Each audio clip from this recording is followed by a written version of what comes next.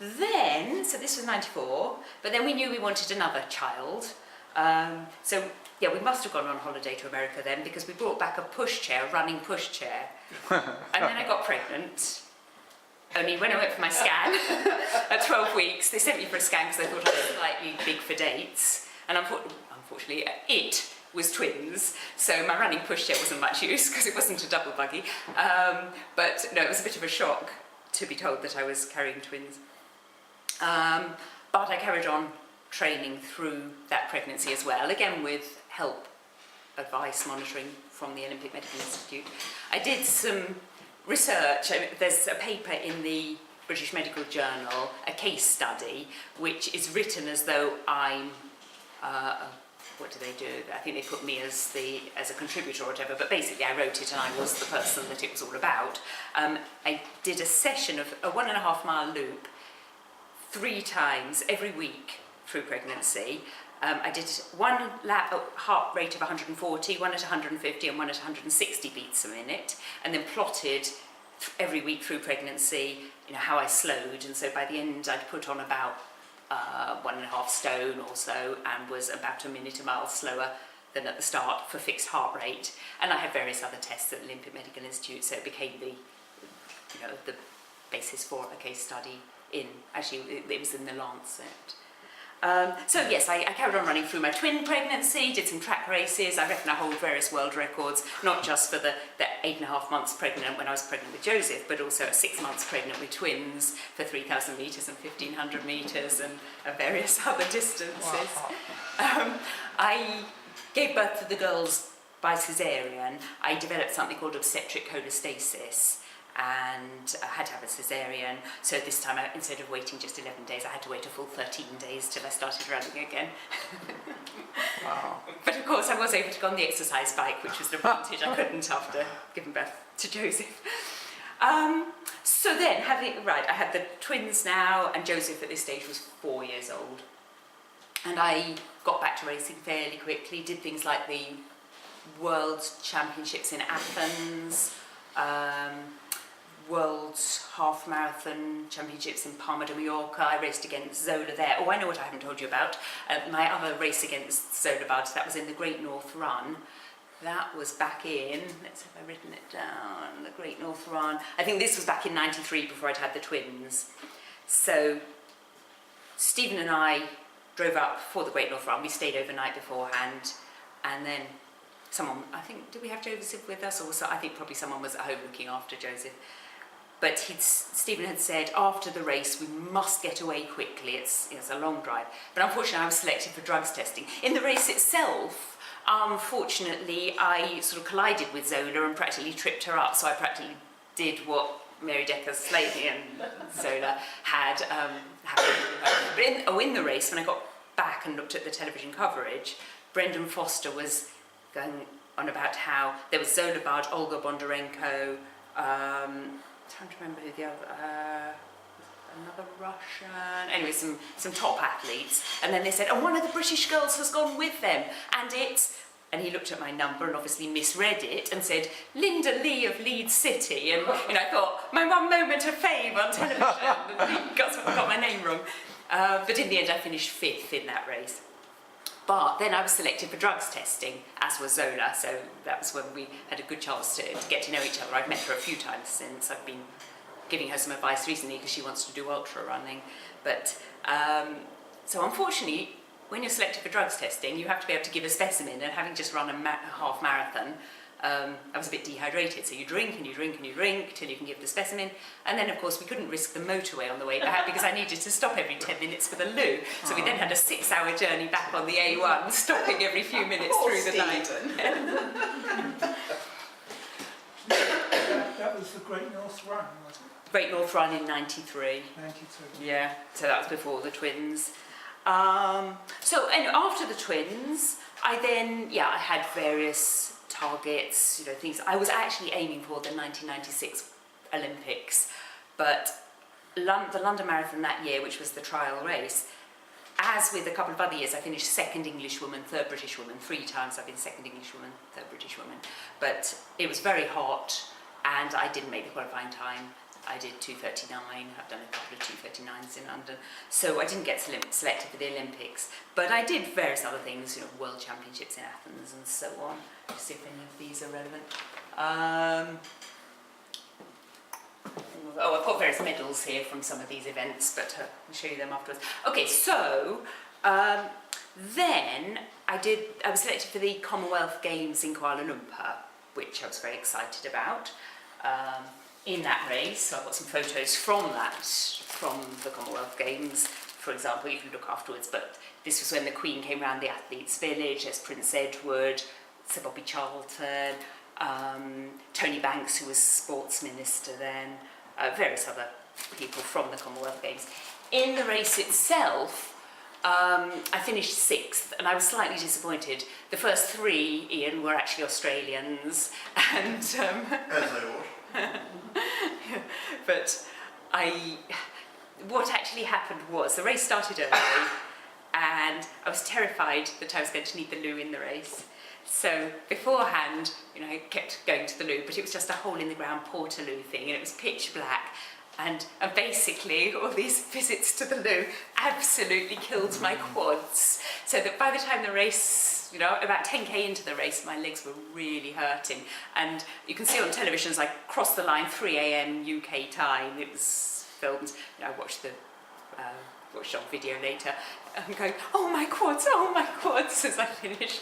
But yeah, I was 6th, and I probably didn't quite do myself justice. I probably was capable of a medal there.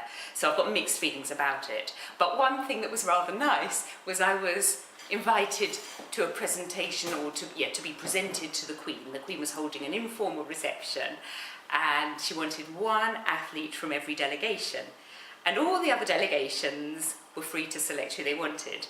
Whereas the English, they got a letter saying, we would like to invite Danielle Sanderson.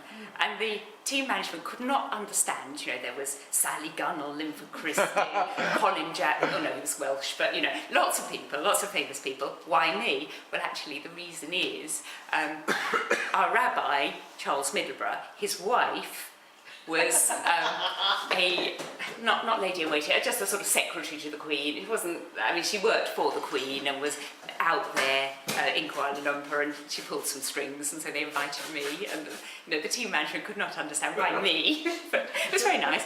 It was the day of the marathon that evening. I was so dehydrated, my legs were agony. She saw me getting off the coach at this palace where the presentation was, and when I was presented to her, she asked me, you know, how I was, and she commented that I was so stiff, and she recommended arnica. So I wasn't able to take a photo then, unfortunately, but when she visited the village, that was when I got these photos. You know, of her visit to the Athletes' Village. I mean, it was because of that, because of the help that I got at things like the Commonwealth Games and other major championships, that I volunteered to be a volunteer for the Olympics. So I'm a team leader in the Athletes' Village for a couple of weeks over the Olympics. So after the Commonwealth Games, that was my 13th marathon, basically I retired. I carried on just running for fun, doing some low-key things, but then suddenly I spotted that on the 1st of October 1990, there was the London to Brighton race. I was born in Brighton.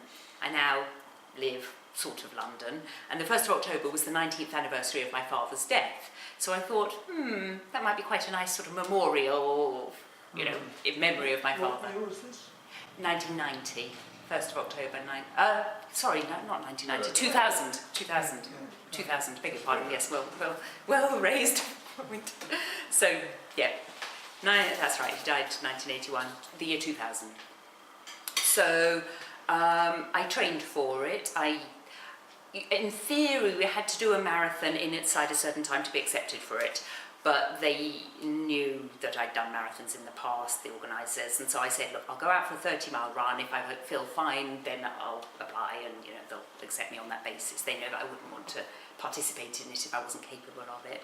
So I did the London to Brighton. I was First Lady, that's just after the finish. 55-mile race, and I did 7 hours and 7 minutes. ever so hard. And we all thought you were totally mistaken. Well, yes, and I probably was, but it was the one way of getting back to being an international athlete again. I think at that stage I'd probably represented Great Britain maybe 15 times, so then I'd reconciled myself to the idea that I was retired. But once I did the London to Brighton, I thought, you know, there are 100k races, etc., where you can represent Great Britain, and so I thought, well, let's, you know, a bit more of an international career. And so I then did the National 100k Championships, which I won, and was selected for the World 100k in France, and then what was probably my best race as an ultra, the European 100k Championships in Holland. And that one, I went through the marathon in about 3:03, which, given, okay, my personal best was 2:36, but that was many years earlier. Probably at the time I was maybe capable of a 2:50 or so marathon. But to go through the marathon in 3:03 when you've still got another marathon and a half to go was perhaps a little bit suicidal. And soon after that I hit the wall. You're familiar with the idea of hitting the wall, running out of glycogen, no energy, you're just fat burning, and it's really hard work.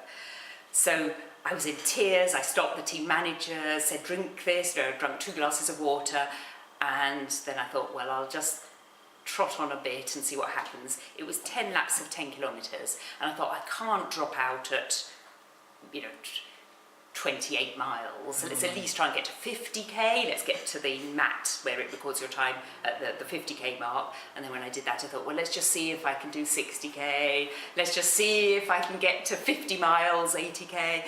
And of course, once I got to that point, I thought, well, even if I have to walk, I'll finish. I didn't realise at the point where I really was in trouble, you know, like 28 miles, I actually had built up an 11-minute, not lead, I was in 3rd place, but I built up 11 minutes over the 4th woman. Right. And so I did have enough of a margin, and then suddenly at, I think, about 95k, someone yells at me, you know, she's only a minute or so behind you, and so, you know, then I really had to push up. I did just hold on and got bronze, and I won the over 35. So this was my trophy for, I do have quite a few fairly large trophies, but this one's pretty good, and it was pretty good in that when the presentations were the next morning and I had to catch the flight home soon afterwards, so I was wearing my GB tracksuit, carrying this, and British Airways upgraded my coach to business class, which was quite nice. That was the European 100k? The European 100k in Winschoten. It's written Winschoten, Winschoten. Danielle, do you get bored, you know, as you run? Yes, you have to play mind games, so it's things like focusing on getting to the next feed station, getting to the next, you know, major mile point. You're playing mental games really, and just thinking about how you're feeling and what you can do to, you know, make yourself feel a tad more comfortable. But yes, after the European 100k, I then represented Great Britain in Taiwan in the World 100k Championships, and that was an absolute killer. That was 4 laps over a mile vertical elevation change. So each lap you had 2 hills that were sort of, I mean, it was unbelievable, and it was 90% humidity and 90 degrees. And of the, I forget how many athletes, probably 200 or 300 men and women, over 70% failed to finish, and nearly everyone was on a drip at the end, including me.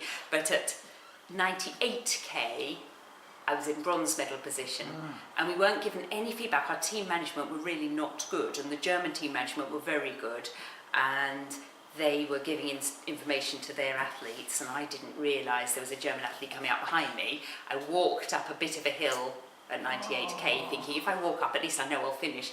And this German girl came, shot past me, having been given information by her coach. And I sprinted, but in the end she outkicked me by a few seconds, so I lost bronze medal, which was such a shame.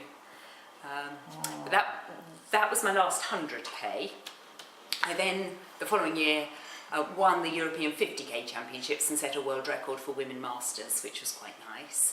Did I bring, which is that? No, this one was from Taiwan.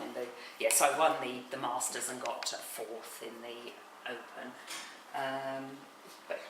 Which is this now? It's another 100. Masters is over Well, age?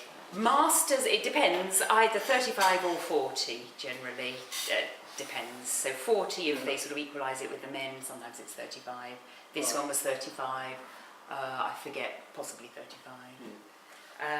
But I did set, which was it, yeah, in the European, I didn't bring anything from the European 50k I think, but I did set a world record for Masters over 40 in that one. And I led the British team, the English team, to the team prize as well as winning it. I led the English team to team gold and set a world record, which was quite nice.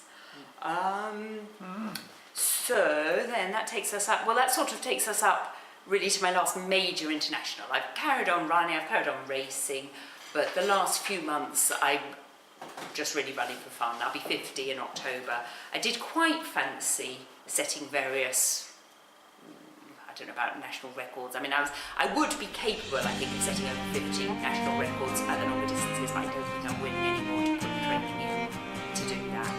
I'm actually going to be starting a full-time PhD, 3-year PhD at Henley Business School in October, so I won't have as much time anyway. So I just do 50 miles a week running now. I used to do 100, but just